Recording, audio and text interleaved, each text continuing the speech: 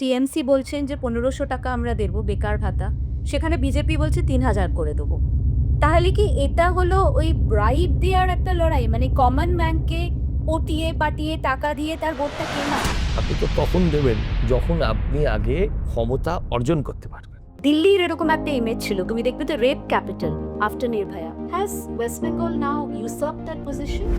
মানুষ পাল্টাতে চেয়েছেন, মানুষ পাল্টাতে বাধ্য হয়েছে। এমন কোনোভাবে মানুষকে ছোট করবেন না, এমন কোনোভাবে মিথ্যেটাকে সত্যি বলে পশ্চিমবঙ্গের মানুষকে অপমান করবেন না। আর ক্ষমতা অর্জন করতে গেলে আপনাকে জিতে আসতে হবে। লোহা লোহে কোপায়। যদি বিজেপি আসে, what happens to minorities, what happens to আস? বলে দিয়েছিল যে ভ্যাকসিনের যখন ওই কম্পিউটার আগে নাম রেজিস্টার করতে হতো, যে নামের আগে যদি এমডি কিংবা এসকে থাকে তাহলে আর ও রেজিস্ট্রেশন নেবে না, এটা বলেছিল। যদি কলকাতা একটু আগে থেকে রাস্তায় নামতো তো তাহলে বোধহয় আরজি করটা ঘটতো না। আমি দোষ দিচ্ছি না কাউকে, মানুষের সাহস বাড়তে সময় লাগে। পাল্টাবে বেঙ্গল?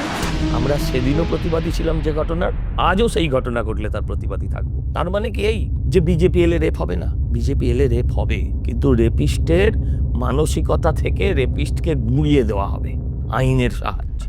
একজন নারী হয়ে নারী বিরোধিতার চরম উদাহরণ দেওয়া একজন মুখ্যমন্ত্রী, মানবঘাতী সরকার।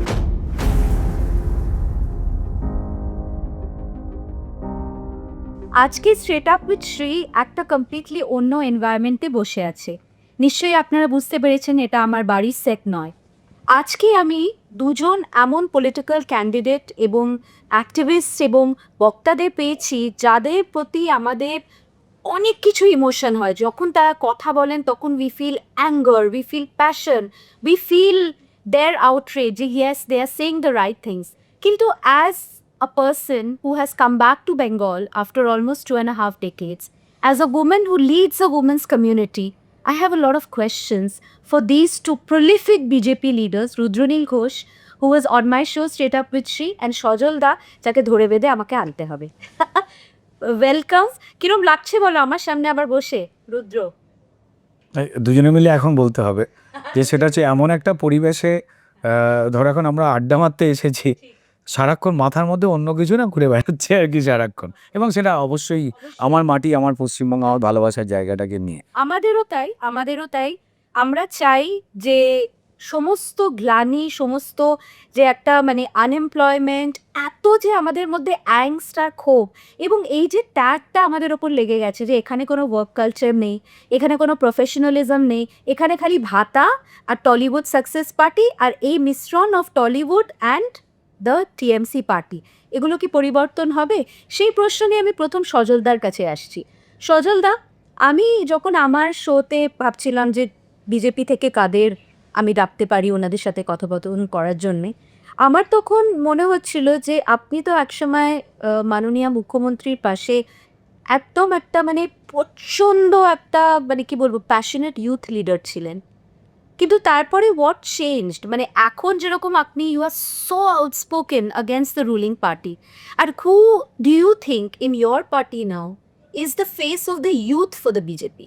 100%। আপনি সারা ভারতবর্ষের দিকে তাকিয়ে দেখুন, আপনি সারা বিশ্বের দিকে একটা ছেড়ে দিন, একটা 10 বছর একটা স্কুলের ক্লাস 5-এর বাচ্চাকে ডেকে জিজ্ঞাসা করুন তুমি কাকে পছন্দ করো, দিদি না মোদি? তাহলে ইউথ কি চায় আপনি টিনের নিচ থেকে শুরু করুন, তাহলেই বুঝতে পেরে যাবেন যে মানুষ কি চায়। দেখুন, আজকে যারা পড়ালেখা করেছে তারাও অনেক জানে, যারা পড়ালেখা করেনি তারাও কম জানে না। এই যে পৃথিবীটা না গত 15-16 বছরে ভীষণভাবে পাল্টে গেছে। যখন মোবাইল এলো একরকম চেঞ্জ, আর যখন মোবাইলে নেট এলো, তারপর যখন সামাজিক মাধ্যম এলো, পুরোটাই চেঞ্জ হয়ে গেল।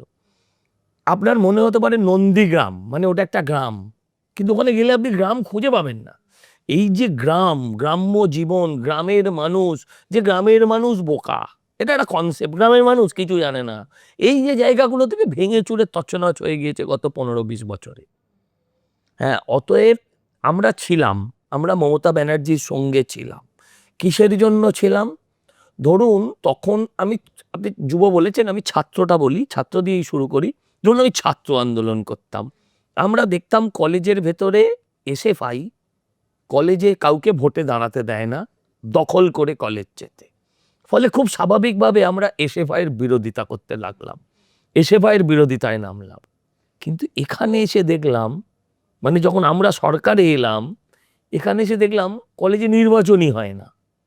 আপনাকে আমি মনে করাই, লাস্ট 10 ইয়ার্স, গত 10 বছর কলেজের ছাত্র সংসদের কোনো নির্বাচন হয়। এই যে ছাত্র সংগঠন, কেউ যদি বলতেন যে কলেজে ছাত্র রাজনীতি করা যাবে না, এটার একরকম গুরুত্ব মাহাত্ম্য হতো। আপনি আপনার ছাত্র সংগঠন রাখলেন, কিন্তু কলেজ থেকে ছাত্রদের যে অধিকার, এবং আপনি জানবেন যে ইউনিয়নটা কিন্তু ইউজিসির দেওয়া একটা অধিকার, এই অধিকারটা কেড়ে নেওয়ার অধিকার এই সরকারকে কেউ দেয়নি, কিন্তু এই সরকার কেড়ে নিয়েছে। মুশকিল হচ্ছে, এটা আমার বর্তমান দল থেকে শুরু করে সব দলেই এটা নিয়ে কেউ কোনো কথা বলছে না, কারণ এই ছাত্র সংগঠনের মেরুদণ্ডটাই ভেঙে দেওয়া হয়েছে। ছাত্র সংগঠন কখনো কংগ্রেসের থাকে, কখনো বামপন্থীদের থাকে, প্রত্যেক দলের থাকে, কিন্তু তারা সেই দলের পা চাকা যদি হয়ে যায় তাহলে খুব ভয়ঙ্কর। মুশকিল হচ্ছে, এখন যারা মেন ফোকাসে আছে তারা তৃণমূল, তারা ওই মানে চটি চাটার দলে চলে গেল, যদি সহজ বাংলায় বলতে হয়। তারা এর প্রতিবাদটা করলো না। তাদের ছাত্রনেতারা কেউ কখনো দেখেইনি কলেজে ভোটটা কেমন করে হয়, তারা জানেই না তারা জানে না। পদ্ধতিটা কি। তো স্বাভাবিকভাবে আমি একটা উদাহরণ দিলাম, যেমন আরেকটা কথা বলি, আমাদের সময় আমরা তখন ছোট, ফুলবাগান থানা, নেহার বানু বলে এক ফুটপাতবাসিনী মহিলা ধর্ষিতা হলেন। ওখানকার এমএলএ মন্ত্রী ছিলেন শ্যামল চক্রবর্তী, তিনি গিয়ে 500 টাকা গুঁজে দিয়ে এলেন। এই অবস্থার আমরা প্রতিবাদ করেছিলাম। তার পরবর্তীকালে বিভিন্ন ঘটনা, ধরুন অনিতা দেওয়ান রেপ অ্যান্ড মার্ডার, আমরা প্রতিবাদী ছিলাম। মমতা ব্যানার্জি যখন ফেলানি বসাগ্নি আন্দোলন করলেন, আমরা মমতা ব্যানার্জির সঙ্গে ছিলাম। আমরা তো ধর্ষণের বিরুদ্ধে থাকবো, তাই না? সরকারে এসে দেখলাম আমাকে ধর্ষণের পক্ষে কথা বলতে, মানে ধর্ষকের পক্ষে কথা বলতে হবে, সেটা সম্ভব ছিল না। মমতা ব্যানার্জি বলবেন পার্ক স্ট্রিটের ধর্ষণের পর এটা সাজানো ঘটনা, আমি বলতে পারবো না এটা সাজানো ঘটনা।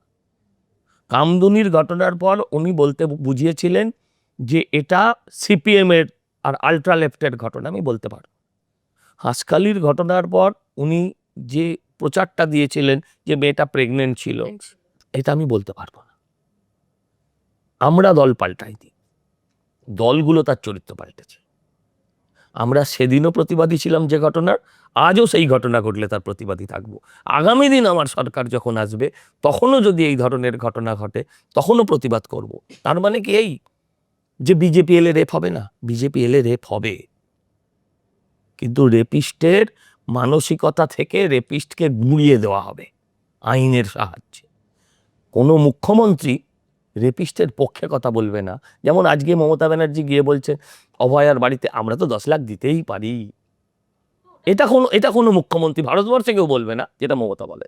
রুদ্র, আমি তোমার কাছে আসছি। তুমি তো মানে অক্রস জেনারেশনস, যেরকম আমার বাবা তোমার বিশাল ফ্যান, তুমি জানো। আমরা তোমার সিনেমা প্রচুর দেখি, এবং তোমার এই বুদ্ধিদীপ্ত ব্যাপারটা, তুমি যে মানে ইউর অলওয়েজ রিয়াক্টিভ, মানে তুমি your not a passive politician, right?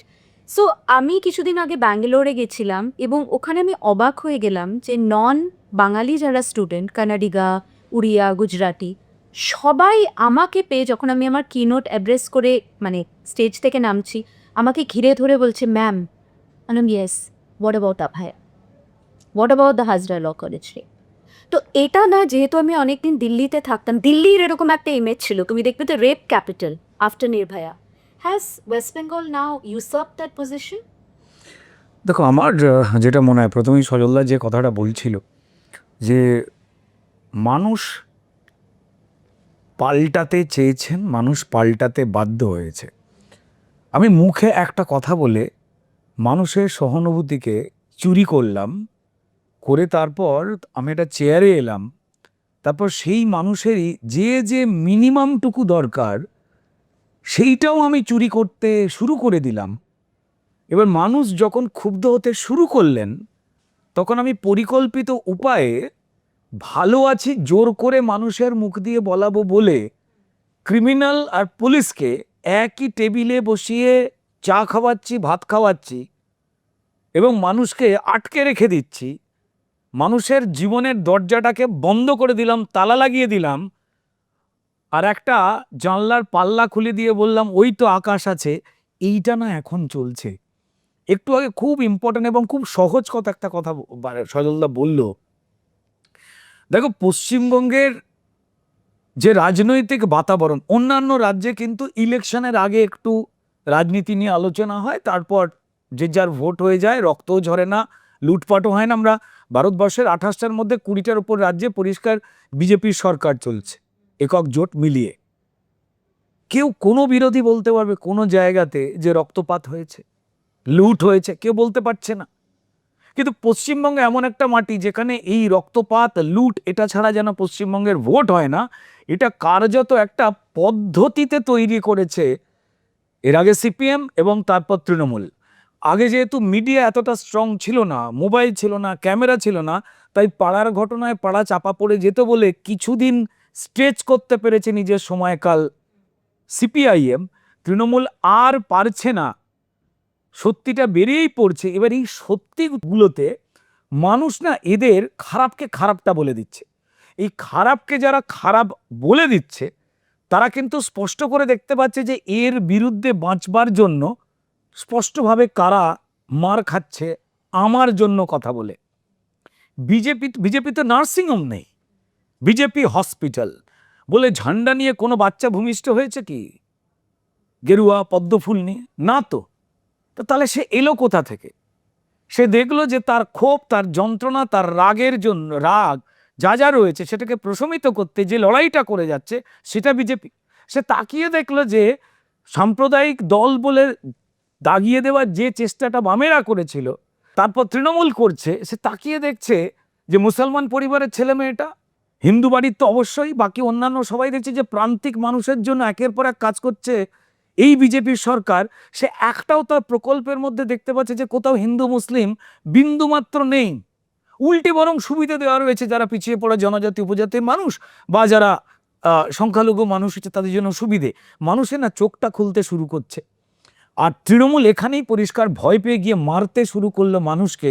তারা বলল তোমরা বিজেপির দালাল। সেটা আদালত হোক, যে কোনো ব্যবস্থাই হোক, যখন নিরপেক্ষে কাজ করছে তাদের বলে দেওয়া হচ্ছে বিজেপির দালাল। এটা করতে করতে মানুষকে এতটা রাগিয়ে দিল, মানুষ চোখের সামনে দেখলো যে দলে 250-300টা ছেলে মেয়ে, কর্মী, কার্যকর্তা প্রাণ দিচ্ছে আমার কথা বলতে গিয়ে, যে গাড়ি বাড়ি চেয়ে প্রাণ দেয়নি, আমার গাড়ি চাই, আমার বাড়ি চাই।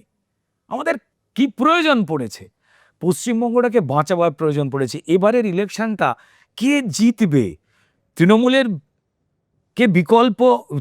বিকল্প যে বিজেপি, সবাই জানে। বিজেপি জেতাটা জাস্ট ঘোষণার অপেক্ষা, কিন্তু এটা বিজেপির জয় নয়। এটা পশ্চিমবঙ্গের যে অবস্থা আজকে দাঁড়িয়েছে সেখান থেকে পশ্চিমবঙ্গকে বাঁচাবার জন্য মানুষের জয় হতে চলেছে। তাই ফলত সজলদা যে সোজা ইম্পর্টেন্ট কথাটা বললো, এই দলগুলো তার রাজনৈতিক চরিত্র পাল্টেছে, তাদের ইচ্ছাগুলোকে পাল্টেছে।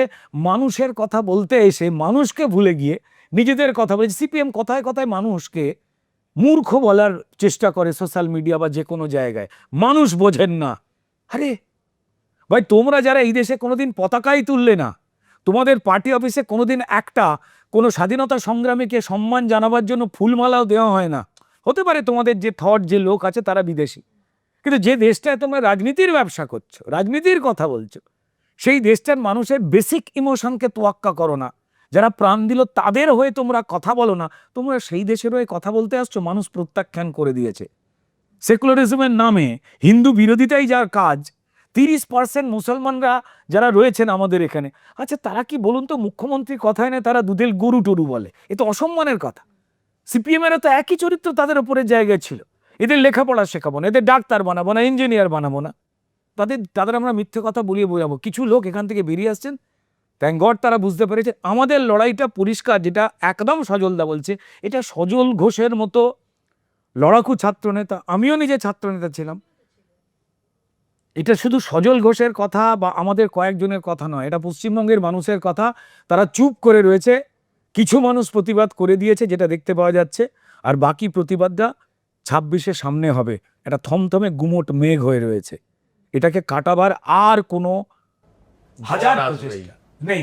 ঝড় আসবে। ঝড় আসবেই এবং পরিষ্কার মমতা বন্দ্যোপাধ্যায় এবং তার দলের লোকেদের উদ্দেশ্যে একটাই কথা বলার, যে সব জায়গায় পুলিশ তো আপনারা নিয়োগ করেননি, সরকার পাল্টে গেলেও বিজেপির সরকার সব জায়গায় না পুলিশ পাঠিয়ে যাতে একটা সুষ্ঠু পরিবেশ বজায় রাখা যায় আপনারাই নিয়োগ করেননি। তাই এমন কোনো কথা তো বলবেন না, এমন কোনোভাবে মানুষকে ছোট করবেন না, এমন কোনোভাবে মিথ্যেটাকে সত্যি বলে পশ্চিমবঙ্গের মানুষকে অপমান করবেন না। তার অভাবকে চোখের জলের লাইনে যারা যে বেকারগুলো দাঁড়াচ্ছে, যাদের চাকরি আপনারা চুরি করেছেন, যাদের ভাত কেড়ে 6,688টা কোম্পানিকে তাড়িয়ে দিয়েছেন পশ্চিমবঙ্গ থেকে, আমার তথ্য নয়, সারা ভারতের তথ্য এটা, এমন কিছু করবেন না, ওটাকে দেখিয়ে বলবেন না যে সাকসেসের লাইন, ওটা চোখের জলের লাইন। দয়া করে এগুলো বন্ধ করুন, নাহলে কেউ আমরা দায়িত্ব নিতে পারবো না, এইটুকু বলতে পারি। এই লড়াইটা মানুষের হয়ে, এই লড়াইটা আমাদের এই রুমে যারা যারা এই রয়েছেন, যারা হয়তো নিরপেক্ষ মানুষ, তাদের লড়াইটাও কিন্তু বিজেপির লড়াই। যে মুখ খুলছে তার লড়াইটা বিজেপির লড়াই, তার হয়ে লড়াই।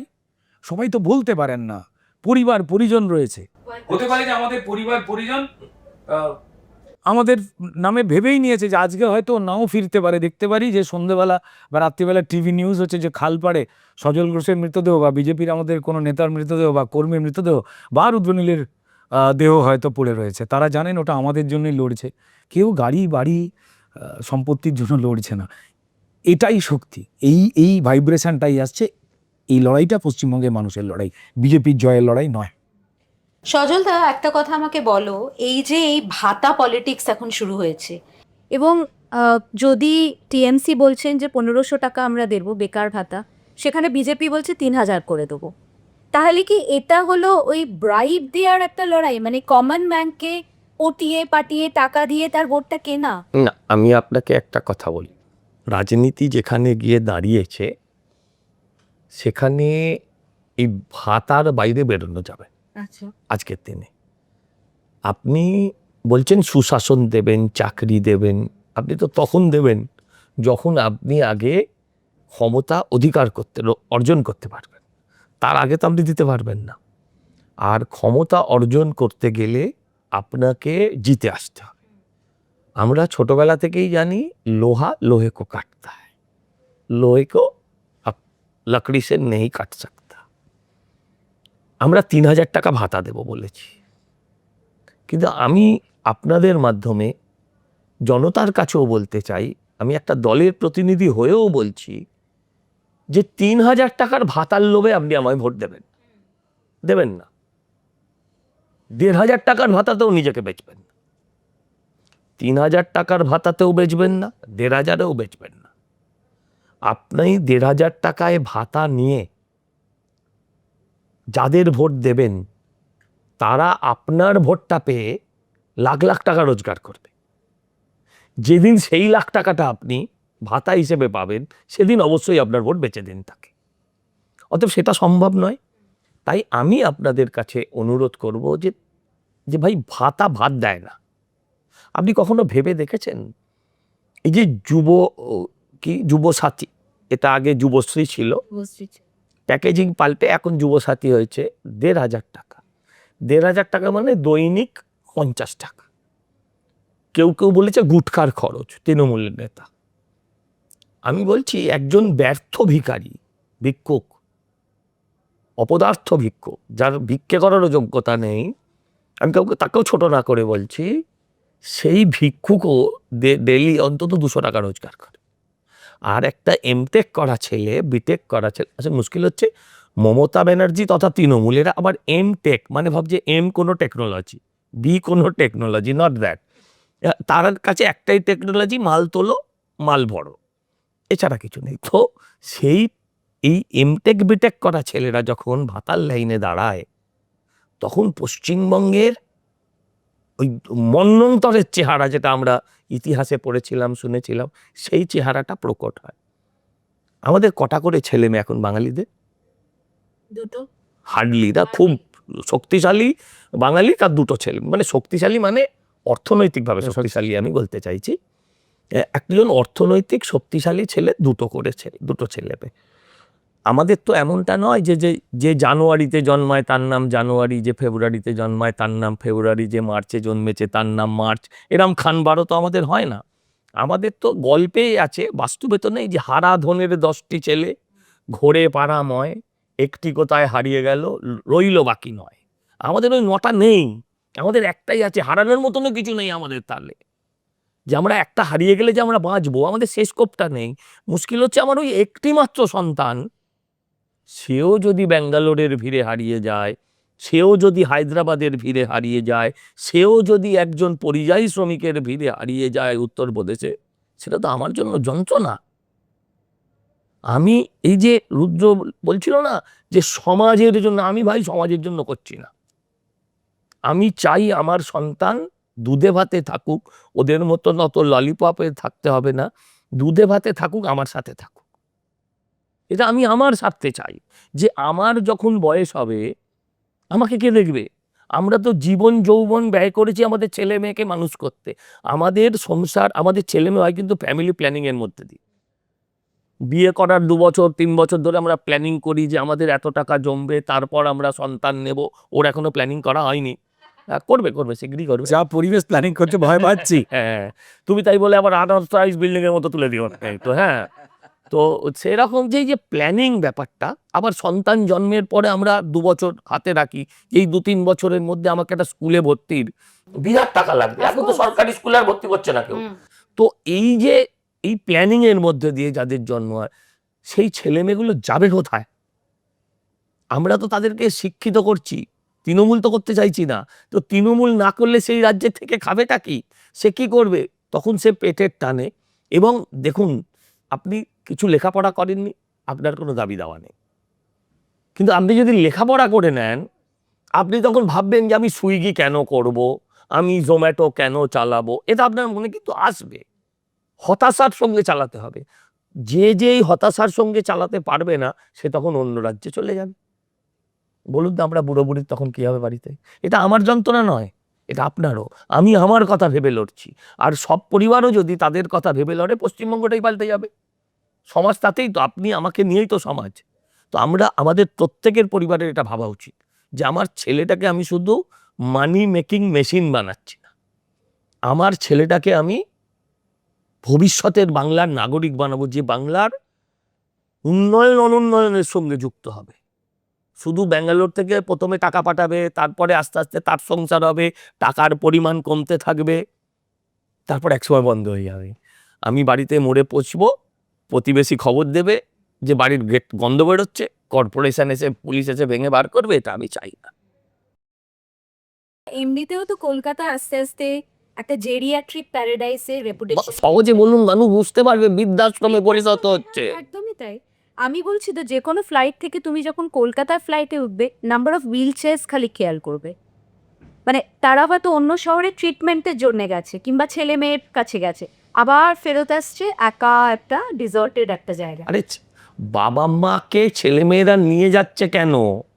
বাড়িতে আয়ার কাজ করাবে। যে ও ব্যাঙ্গালোরে আপনি একটা ওই বাড়িতে কাজের লোক রাখতে গেলেও খরচা আছে, নাতি নাতনিকে দেখতে গেলে খরচা আছে। হ্যাঁ, দাদুকে নিয়ে যাচ্ছে, নাতিকে সামলাবে, স্কুলে দিয়ে আসবে, এইসব কাজ করবে 5 মাসের। সেটা আপনি কতক্ষণ করবেন? আরেকটা রয়েছে, এখানে থেকে গেলেই রোজ খবরের কাগজে বেরোচ্ছে যে তৃণমূলের লোকেরা গিয়ে, গুন্ডারা গিয়ে বলছে বাড়ি দিয়ে দে, জলের দামে দিয়ে দে, নাহলে মার্ডার করে দেবো।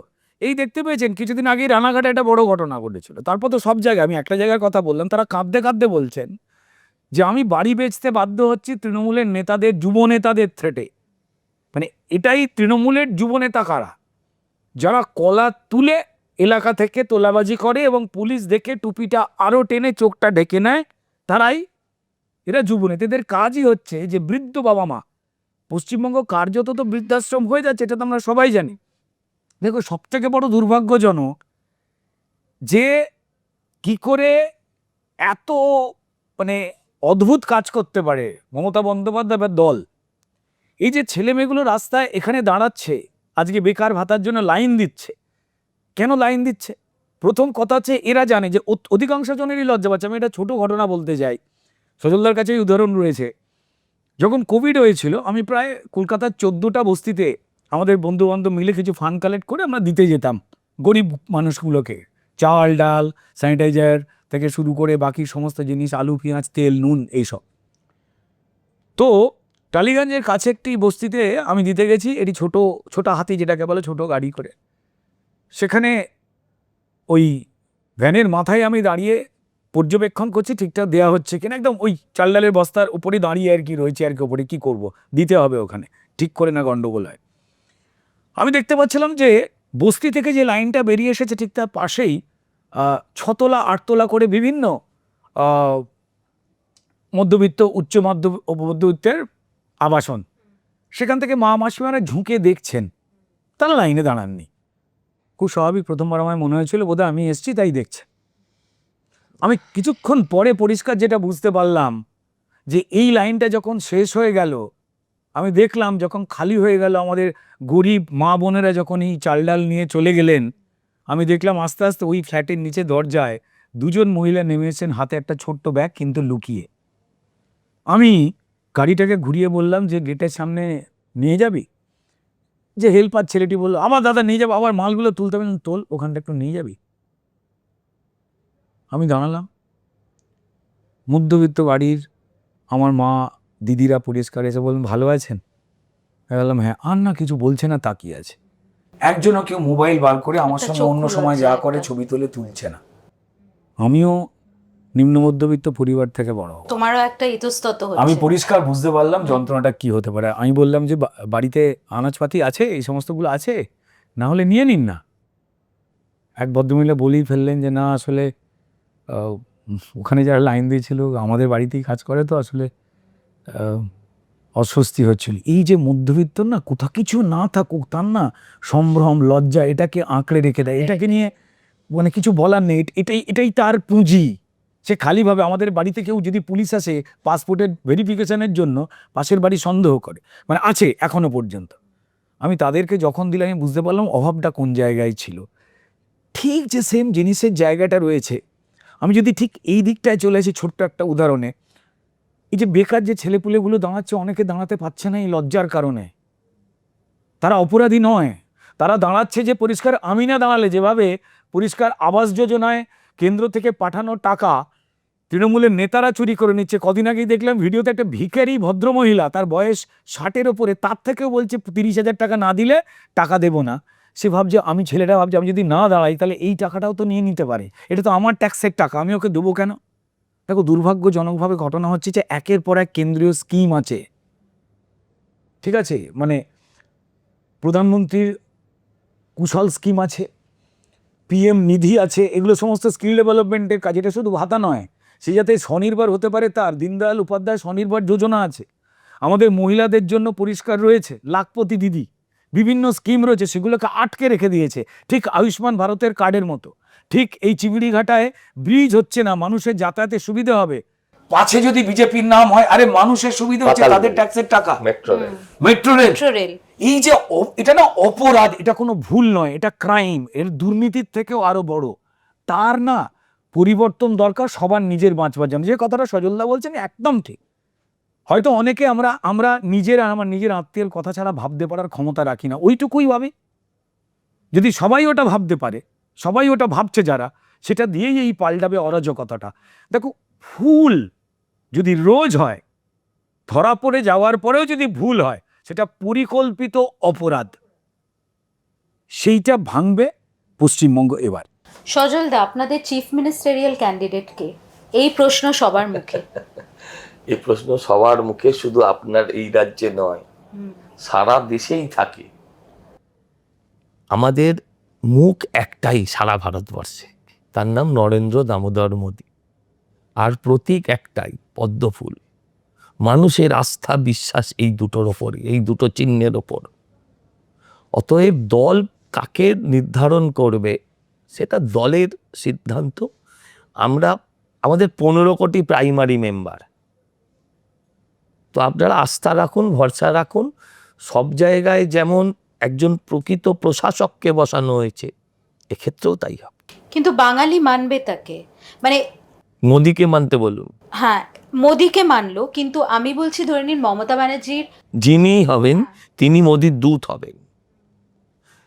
আপনি ওই আপনি তো কত মডার্ন ড্রেস পরেছেন, আমরা তো আমার দাদু বা পরতো ধুতি, শাড়ি পরেছি। বলছি আমার দাদু পরতেন ধুতি, আমার বাবা পরতেন পাজামা, আমি তো জিন্স পরেছি। এই তো পরিবর্তন হয়েছে। আপনি সেই একটা ফেস চাই ফেস চাই ফেস চাই কেন করছেন? আচ্ছা আপনি একটা কথা বলুন তো, যদি ধরুন আমার ফেস নাই ফেস নাই ফেস নাই, তাহলে ওই ফেসে কি ভোট দেওয়া যায় যে ফেসটা আছে বাংলায়? আমি জাস্ট এই প্রশ্নটা করছি। না সেটা ওই ফেসটা দিয়েই তো মানুষ মুখে কাপড় দিচ্ছে।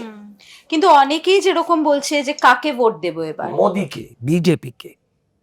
যিনি বসবেন তিনি মোদির দূত হবেন। শুনুন আমি আপনাকে একটা কথা বলছি, 50 বছর আমরা অন্ধ কেন্দ্র বিরোধিতা করেছি।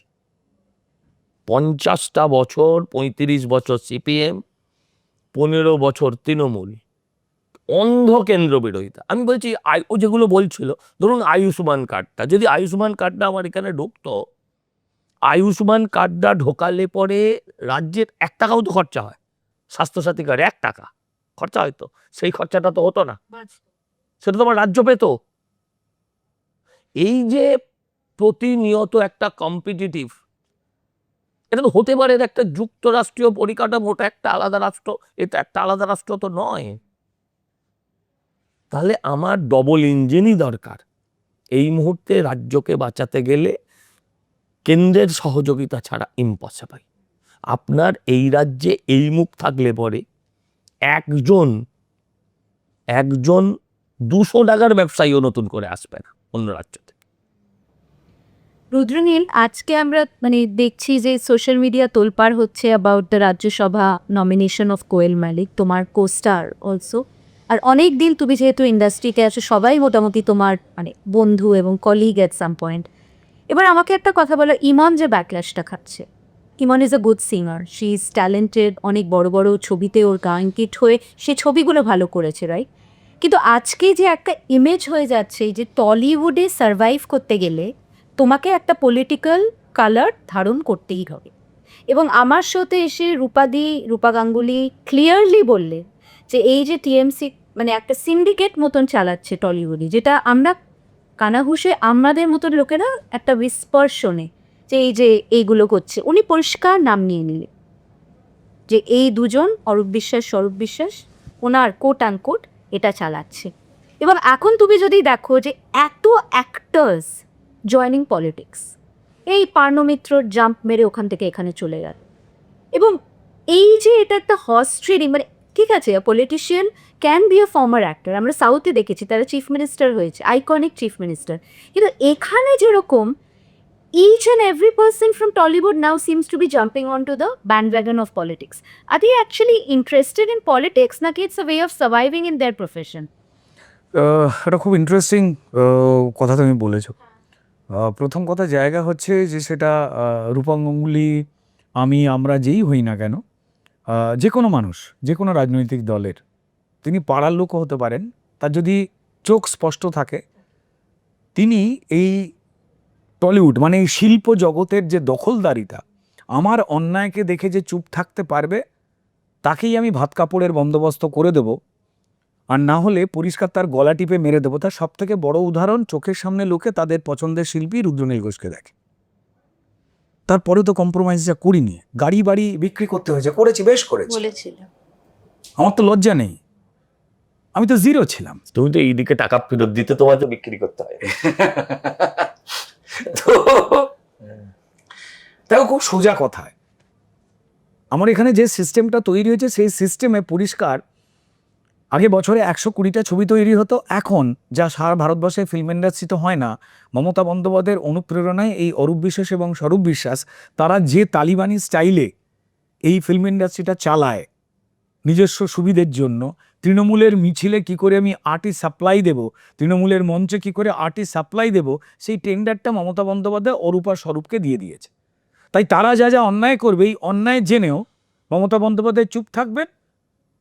যেটা হয়েছে, ধরো একটা পুকুর, সেখানে ধরো 100টা মাছ ছিল, এক পুকুর জল ছিল, কারেক্ট, সবকটা মাছের কিন্তু হয়ে যাচ্ছিল ওই জলে। এবার এই তৃণমূলের বেনিয়মে তারা এমন একটা সিস্টেম করলেনি, জলটা কারা, যারা প্রযোজক ছাড়া মানে যারা পয়সা দেবেন সিনেমা বানাবার জন্য, তারা এমন নিয়মকানুন তৈরি করলেন, এত লোক নিতেই হবে, এই কাণ্ড হতে হবে যা সারা ভারতবর্ষের নিয়ম বিরোধী, এটা তো অন্য রাষ্ট্র মনে করে এরা। তো সেই প্রযোজকেরা চলে গেল ভয়েতে, পয়সা ফেরত পেল না, ফলত জলটা কমতে শুরু করলো, মাছ ওই 100টাই ধরো রয়ে গেল। তাহলে ওই মাছগুলোকে লড়াই করতে হচ্ছে নিজেদের মাঝখানে।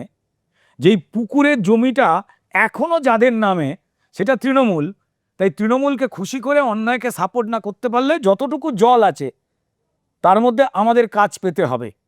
তো তাই তারা, আমি বলছি এদের অধিকাংশ জনই ধরো চুরি জোচ্চুরি অন্যায় পছন্দ না করেও সারভাইভ করবার জন্য যতই সাজুগুজু করে থাকে, এটা বম্বে নয়। আমাদের একটা ফিল্মের যা বাজেট, বম্বের একজন আমাদের মানের, আমাদের কোয়ালিটির অভিনেতার একটা সিনেমার পারিশ্রমিক। এতে লজ্জাও নেই, আনন্দও নেই। এবার তারা কয়েকজন কাজ করে টিকে থাকবার জন্য যাবতীয় অন্যায়কে দেখে চুপ থাকছেন, যাবতীয় অন্যায়কে সমর্থন করছেন কেউ কেউ, ফলত ইন্ডাস্ট্রি ধ্বংসের জায়গায় যাচ্ছে। এবং তাদের বলা হচ্ছে লোক আমাদের বিভিন্ন কারণে এত ঘৃণা করে, শিল্পীদের একটু একটু ভালোবাসে, তাই তোমাদের কোথাও প্রার্থী করব, বিভিন্ন জায়গায় প্লিজ এসো। আর সেও কিন্তু কেউ লোভে এবং কেউ বাঁচবার জন্য, তার বৃদ্ধ বাবা মাকেও দেখতে হয়তো, তো ফলত সেই অন্যায়টার সঙ্গে জড়িয়ে যাচ্ছেন। আমার কষ্ট লেগেছে, আমার খারাপ লাগে। আমি ইমন বলি বা কোয়েল বলি, এরা দুজনেই অত্যন্ত গুণী মানুষ। একদম। ইমনের যথেষ্ট লড়াই করে ওঠা, কোয়েলের সেই সময়ে যারা প্রমাণিত বড় অভিনেত্রী ছিলেন তাদেরকে নিজের যোগ্যতায় চ্যালেঞ্জ দিয়ে ওঠা, অর্থাৎ দুজনেরই লড়াই ছিল। হতে পারেন যে রঞ্জিত বাবু থাকাতে কোয়েলের পরিচিতির এন্ট্রিটাতে সুবিধা হয়েছিল, কিন্তু টিকে থাকে মানুষ মানুষের রায়তে, পিতৃপরিচয় নয়। মুশকিলের জায়গাটা হয়ে গেল যে যখনই তারা চোখের সামনে যারা পশ্চিমবঙ্গের মানুষ, যারা তাদের বিখ্যাত করেছেন, তাদের সইটাকে অটোগ্রাফ বানিয়েছেন, তাদের আদর আপ্যায়ন লালন করে তারা বড় করে তুলেছেন, সেই মানুষগুলো যাদের জন্য তারা আজকে সেলিব্রিটি, পরিচিত, বিখ্যাত বা সচ্ছল বা ধনী হয়েছেন, ওই লোকগুলোকেই যারা লুটছে, তারা তাদের পক্ষে যখন কথা বলে তখন তাদের যাবতীয় পরিশ্রমে কোথাও যেন ধুলো লেগে যায়। আজকে আমার কষ্ট হয় যখন দেখি ইমনকে নিয়ে বা আজকে কোয়েলকে নিয়ে যখন লেখালেখি হচ্ছে সোশ্যাল মিডিয়ায়, যে আপনিও বিক্রি হয়ে গেলেন। বিশ্বাস করো আমার খারাপ লাগছে। কে অন্ধকারের পক্ষে যাবেন, কে আলোর পক্ষে থাকবেন, তার ব্যক্তিগত বিষয়, কিন্তু এটা ব্যথা দেওয়ার মতো বিষয়। আমি জানি না তারা ফাইনালি কি সিদ্ধান্ত নেবেন, কি করবেন। তাদের কাছে কোনো তৃণমূল না থাকলেও কোনো রকম কোনো অসুবিধেই নেই, তাদের জীবন যথেষ্ট রকম সহজ ছিল। কিন্তু কেন এই বাড়তি বিষয়টা পেতে গিয়ে এত মানুষ যারা আপনাদের ভালোবাসেন, আজকে তো বুঝতে পারছেন যে সারা পশ্চিমবঙ্গকে যারা জ্বালিয়েছে পুড়িয়েছে, আপনি তাদের কিনে দেওয়া চেয়ারে আরাম করে বসবার চেষ্টা করতে যাচ্ছেন, যা আপনার প্রয়োজন নেই। আপনি তো দারুণ একজন মানুষ, কিন্তু যার যা রুচি, যার যা ইচ্ছা, তাকে তো সেটা অর্জন করতেই হবে। আমি যদি ওই আরাম, ওই সুবিধাটা পেতে চাই, তো তাহলে এতগুলো মানুষ যাদের চোখের দল ওরাই ঘটিয়েছে, সেক্ষেত্রে তো এই দুর্ভাগ্যজনক মন্তব্যগুলো আসতেই হবে। তারা তো জানেন পশ্চিমবঙ্গে কি হচ্ছে। তার যে দর্শক সিনেমার টিকিট কাটছেন বা কেউ তো গানের প্রোগ্রামের টিকিট কাটছেন, তার তো পরিষ্কার রোজগারটা শেষ হয়ে গেছে। এইটুকু তো ভাববেন যে ওই আপনার সিনেমা হলে সিনেমার টিকিট কাটবারও পয়সা নেই তাদের কাছে। দর্শক এমনি কমছে না বাংলা সিনেমা হলে যেতে গেলে 1000 টাকার উপরে খরচ। আগে 120টা সিনেমা হতো, উল্টোপাল্টা নিয়মে 30টা সিনেমা হচ্ছে। 70% কাজ কমে গেছে। আপনারা 2-1 জন কাজ করছেন, বাকি ফিল্ম ইন্ডাস্ট্রি শেষ। থিয়েটার বলুন, যাত্রা বলুন, বাকি সব কটা জায়গায় যারা তেল দিতে পারবে তাদের বাঁচিয়ে রেখে দেওয়া হবে। আমি জানি না বাকি আমার বন্ধু কোয়েল হন বা ইমন হন, তারা তাদের পজিশন মানুষের কাছে যা কষ্ট করে নিজেরা আর্ন করেছেন, কোনো রাজনৈতিক দল দেয়নি, তারা কিভাবে সেটাকে রাখবেন না নষ্ট করবেন, তা ওই ভালোবাসাটাকে, তাঁদের ব্যক্তিগত ইচ্ছা। তবে মানুষ যে তাঁদের এই রাজনৈতিক ইচ্ছাটার বিরুদ্ধে, দেখুন অন্য কোনো দলে বিভিন্ন লোকজন যায়, সেখানে নিয়ে এত কিছু হচ্ছে না, কিন্তু একমাত্র একটাই দল যে সারা পশ্চিমবঙ্গের মানুষের সর্বনাশ করেছে, দিদি তুমি তার পাশে। সবাই লিখছে এটা মানতে পারছি না, আপনিও এমন, আরও কিছু মন্তব্য, এ আমায় ব্যথা দিচ্ছে। আমি এদের ব্যক্তিগত বিরোধিতা আমার করবার প্রয়োজনই পড়ে না। তারা ভালো আছেন, ভালো থাকুন, সুস্থ হয়ে বেঁচে থাকুন। কিন্তু কষ্ট করে আর্ন করা মানুষের দরবার থেকে যে ভালোবাসাটা, সেই মানুষগুলোকেই যারা লুট করেন, তাদের কাঁধে হাত রাখলেন বন্ধু। এই আর কি। আমি একটা কথা বলবো এই বিষয়ে। দেখুন আমি তো আর্টিস্ট নয়, আমি আর্টের অত্যন্ত রকম মানে যুক্তি বুদ্ধি দিয়ে আবেগ দিয়ে সমাদর করা একটা লোক। এ সমস্ত না, এ আমি- প্রচুর আমি- হালকা হালকা কথা বলে আমি আপনাকে একটা কথা তো পাড়ার দেবু মানে কখনো পর্যন্ত আমি বলে দিচ্ছি, এটা অন্য একটা আড্ডাতে বলেছিলাম, তো আমি বলে দিই, সেটা হচ্ছে যে তুমি সমস্ত বিভিন্ন রাজনৈতিক দলের যারা যে কোনো দলের মতের লোক থাকুক না কেন, চোরেদের পক্ষে যারা চোর নয়, বিভিন্ন রকম, একটা পাঞ্জাবি পরে এটা আমাদের ভালো লাগে বা লোকে জেনারেলি পরে টরে। সজল ঘোষকে কোনোদিন দোলের দিন আর একটা বোধহয় পুজোর অষ্টমীর দিন, এটা সমস্ত গোপন তথ্য জানতে হয়েছে, ওটা ছাড়া দেখতে পাওয়া যায় না। সজল ঘোষ পাড়ার দেবু হয়ে থাকতে চায় সবকটা লোকের কাছে, that is the unique thing. আর প্রত্যেকটা শিল্পী থেকে শুরু করে সব কটা লোক খুব সহজভাবে থাকে, তো বুঝতে দেয় না, ইচ অ্যান্ড এভরি ওরা খবর রাখে। ইভেন ওর পাড়াতে যদি কেউ তৃণমূলের লোক থাকে, হয়তো যে চুরিও করে, সজল কিন্তু খোঁজে রাখে চুরি করতে গিয়ে কার কার্নিস ভেঙে পড়ে যায়নি তো দেখ, তাহলে অ্যাম্বুলেন্সটা পাঠিয়ে দে। না না, আমি আপনাকে একটা কথা বলি যে দেখুন, আমি সত্যি এই এই সিনেমা জগৎ টগৎ আমি বুঝতে পারি না, কিন্তু আমি এটাও বুঝতে পারি না আমার পেটের ভাত অর্জন করতে আমাকে চোরের সঙ্গে থাকতে হবে, এইটা যদি কারোর থিওরি হয়, তাহলে যারা গরু চুরি করছে, যারা সিন্ডিকেট করছে, তাদেরকে অপরাধী বলছেন কেন? আজকে এই ছেলেটার যা ট্যালেন্ট আছে, আমি এর সামনে বসে বলছি না, যারা এটা দেখবেন তারাও মানবেন, এর যে ট্যালেন্ট আছে সেই ট্যালেন্টটা আমার ধারণা এর যে ভার্সেটিলিটি, যে হাজার রকম ক্যারেক্টারও একাই করতে পারে, সেইটা যার ভেতরে আছে, সে মহানায়ক নয়, সে একজন অভিনেতা। সে ছেলেটি তার গাড়ি বেচতে পারে, তার বাড়ি বেচতে পারে, বেচে অন্যায়ের সাথে লড়াই করতে পারে। কাল যদি আরেক, আপনাদের কিন্তু সেখানে সিম্প্যাথিগুলো শুধু সেলিব্রিটিদের দিকে, একজন গরু চোর যদি বলে যে আমি পেটের দায়ে গরু চুরি করি, নয়তো আমি আমার সন্তানকে খাওয়াবো কি, আমি কয়লা চুরি করি কারণ আমার ছেলে মেয়েকে পড়াতে হবে, বৃদ্ধ বাবাকে দেখতে হবে, আপনি অ্যাকসেপ্ট করবেন? আপনি অ্যাকসেপ্ট করবেন? যদি এই সমস্ত সেলিব্রিটিরা, এরা তো একদিন রাস্তায় নেমে কখনো কংগ্রেসের বিরুদ্ধে প্রতিবাদ করতো সিপিএম এর হয়ে, কখনো সিপিএম এর বিরুদ্ধে রাস্তায় নেমেছিল, তো যদি ফিল্ম ইন্ডাস্ট্রি একসাথে রাস্তায় নেমে যদি প্রতিবাদ করত, ওই বিশ্বাস অ্যান্ড ব্রাদার্স, তাদের ক্ষমতা হতো। এরা যদি বলতো আমরা সিনেমা করব না, করতো না 6 মাস। খেতে হলে চুরি করে খেতে হবে, তাহলে আমি কাউকে কোনো চোরকে দোষ দিতে পারবো না। আমি এই তথ্য মানতে রাজি না। আপনাদের কারোর ভালো লাগতে পারে, সমালোচনা হতে পারে, বিতর্ক হতে পারে, শুধু একা রুদ্রনীল ঘোষ নয়, আরো অনেক 2-4 জন হলেও তো আছে।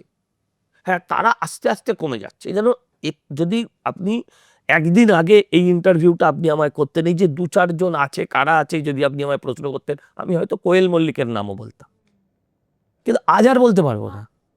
কিন্তু আলটিমেট কিসের জন্য যাচ্ছেন উনি? বাংলার কি বলতে পারবেন?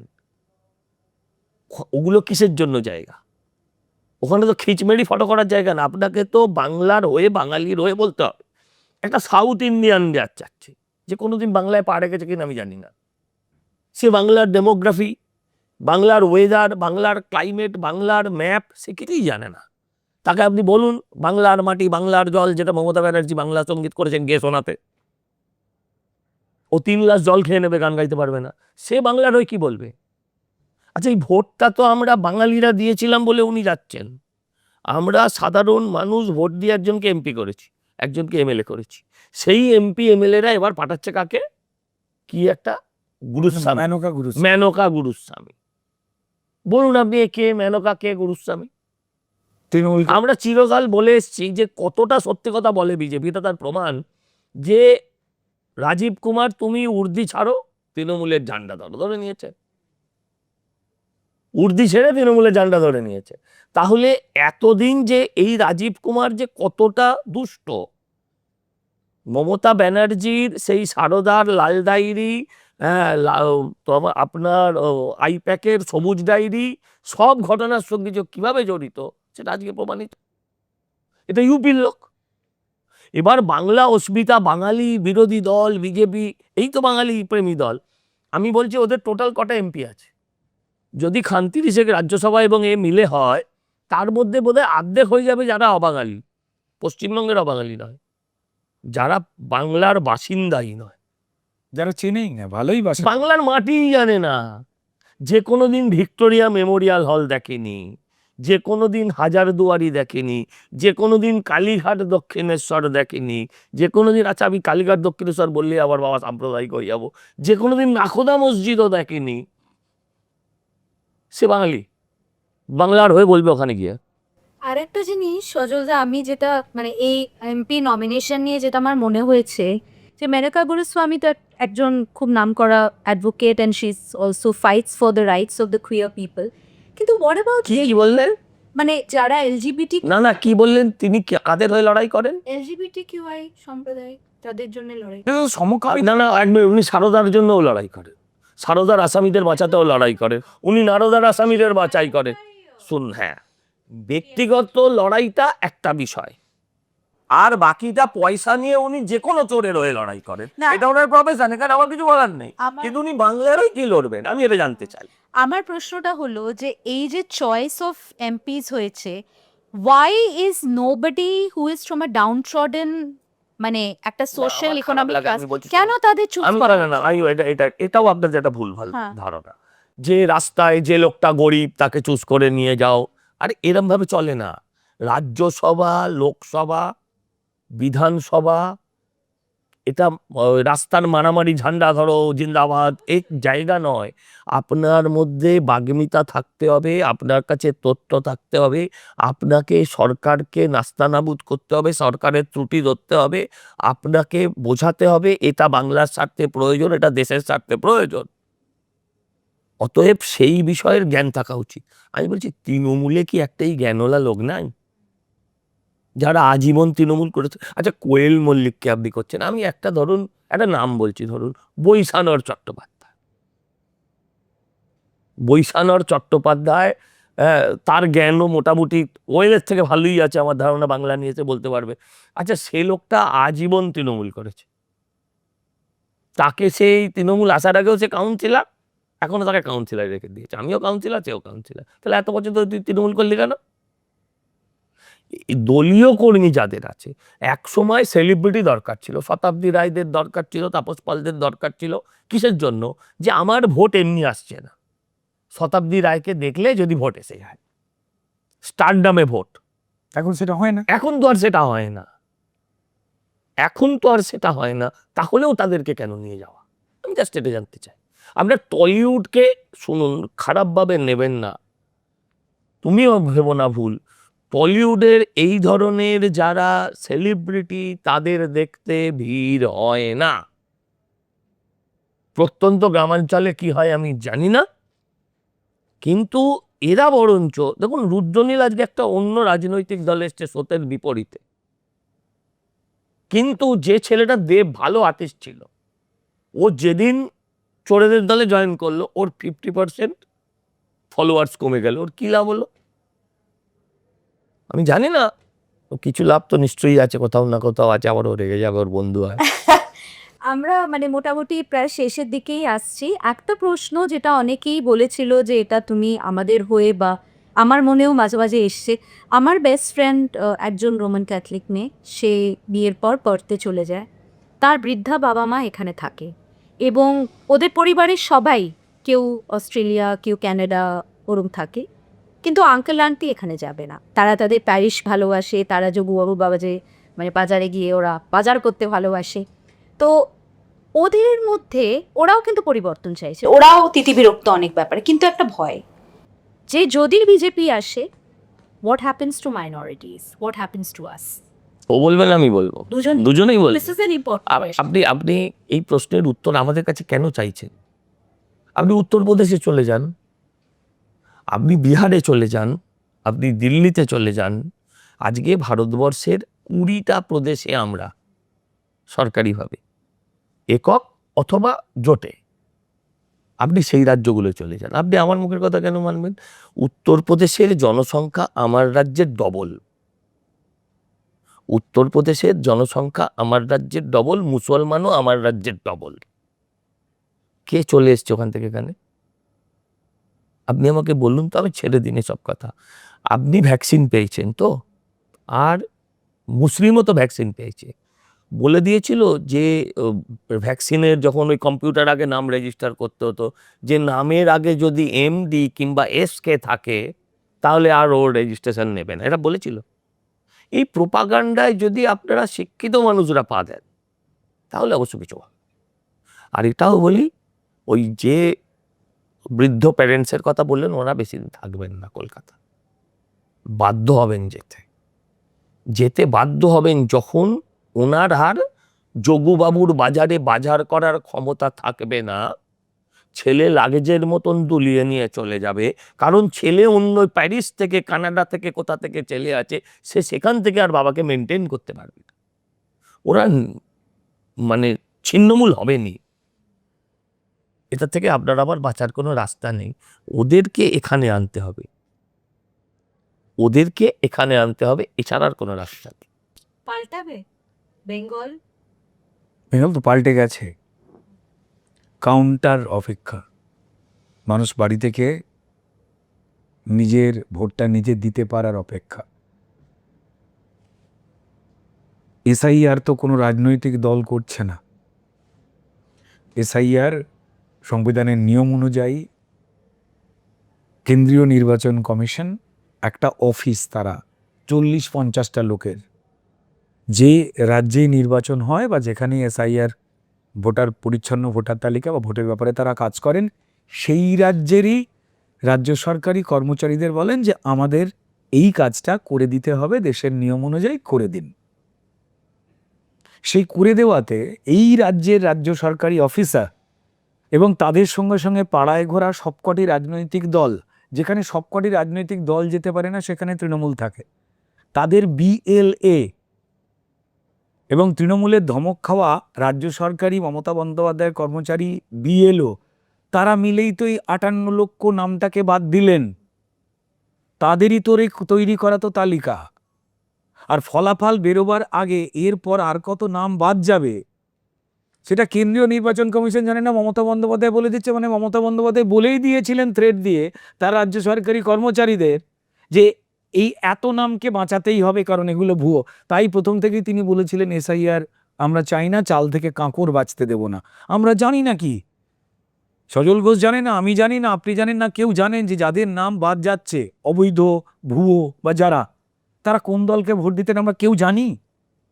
আর এখন এই মুহূর্তে পুরোটাই তো কোর্টের বিচারকেরা ঠিক করছে। বিচারক ঠিক করছে। এখন সত্যি কথা বলতে গেলে এখন নির্বাচনের কমিশনেরও নিজের সিদ্ধান্ত নেবার অধিকার নেই।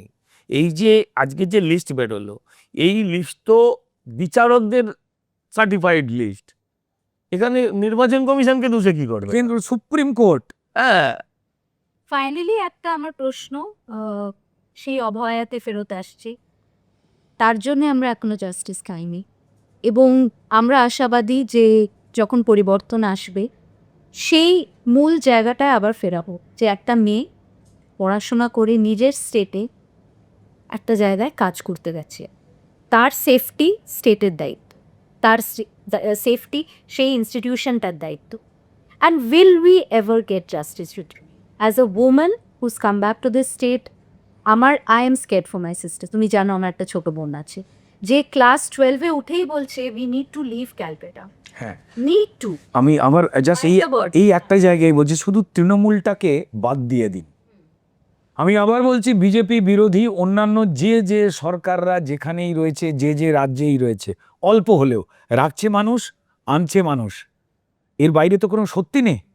28টার মধ্যে 20টা রাজ্যে বিজেপি বা বিজেপির জোটকে হিন্দু মুসলমান নারী পুরুষ মিলে নিয়ে এসছে, নারী নিয়ে এসেছে।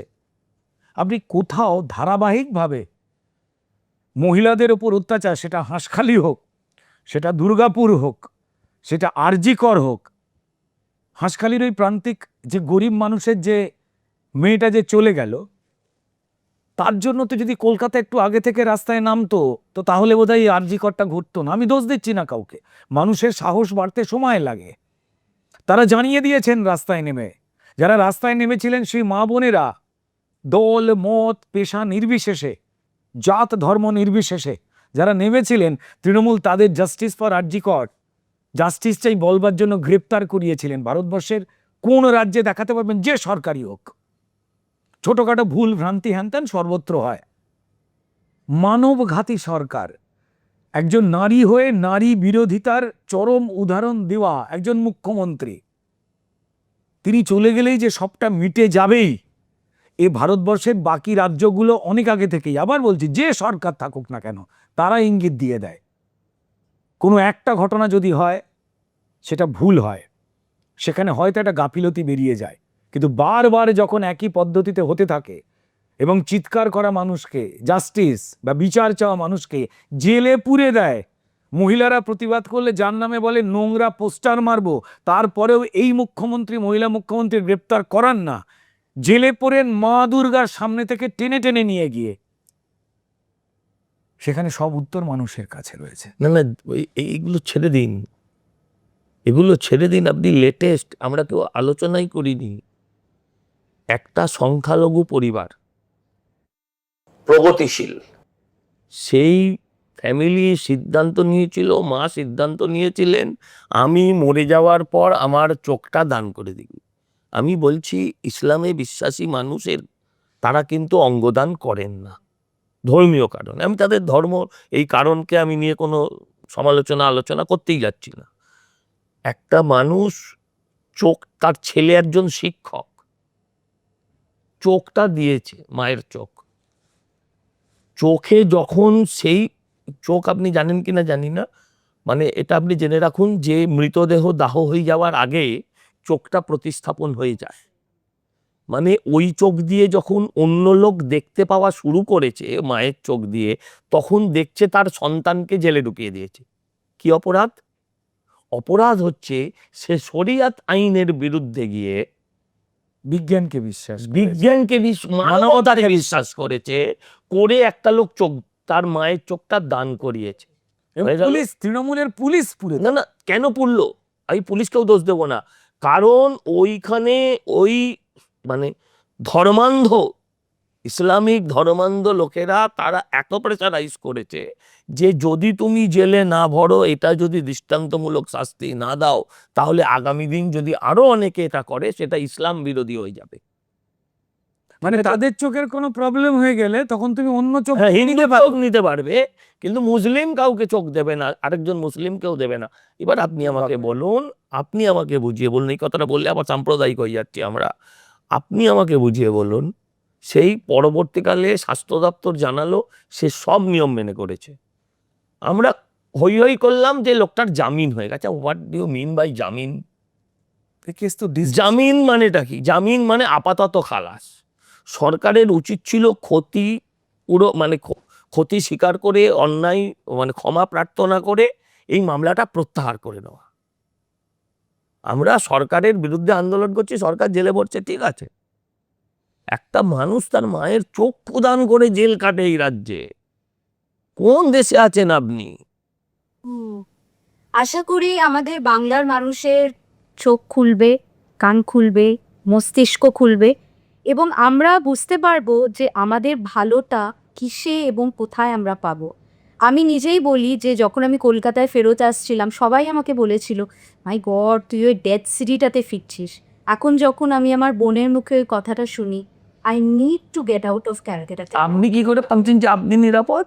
আমি তো নিরাপদ নয়। তাহলে আপনি শুধু বোনের কথা ভাবছেন কেন? নিজের কথাও ভাবুন। নিজের কথা তো বলছি। মুখ্যমন্ত্রী বলেছে রাত্রি 8টার পর মেয়েদের না বেরোতে। মেয়েদের বেরোবে না। তাড়াতাড়ি বেরোন। না না, কিন্তু এগুলো হাসির কথা নয়, আমরা মানে লাইট হার্টেডলি বলছি। মেয়েদের নিরাপত্তা, কাজের জায়গায় সব মানুষের নিরাপত্তা, I think it's an absolute non negotiable. আমি আশা করব যে আপনারা অ্যাটলিস্ট, আমি আমার শোতেও বারবার বলি, যাকেই আপনারা ভোট দেন, that's entirely a personal choice, but think wisely. কে টলিউডের বিরাট স্টার, কার কত মিলিয়ন সাবস্ক্রাইবার, কে কী ভাওতা মারছে, এইগুলোর ওপরে গিয়ে let's talk about governance, let's talk about economic opportunities, let's talk about the revival of industries, let's talk about women's safety. এই এজেন্ডা দেখে আপনারা ডিসাইড করবেন যে বেঙ্গল কাকে চুজ করবে। খুব ভালো লাগলো, আপনারা দুজনেই খুব ব্যস্ত politician. Thank you so much আমাদের সময় দেবার জন্য, Rudra. Hope to have you back on the show. সজলদা, আপনাকে এবার এরকমভাবে টানতে টানতে আপনার কাছে পৌঁছে যাবো খুব তাড়াতাড়ি। দেখতে থাকুন, এনাদের ফলো করবেন, ওনাদের political campaign, they are all over মানে দ্য নিউজ অ্যান্ড মানে তাদের বক্তব্য ওনারা রাখছেন on behalf of their party. It's important that এই কথাটা না আমি খুব শুনি আজকাল, oh don't discuss all this, we are very apolitical, this nothing call apolitical, even your personhood is a political matter.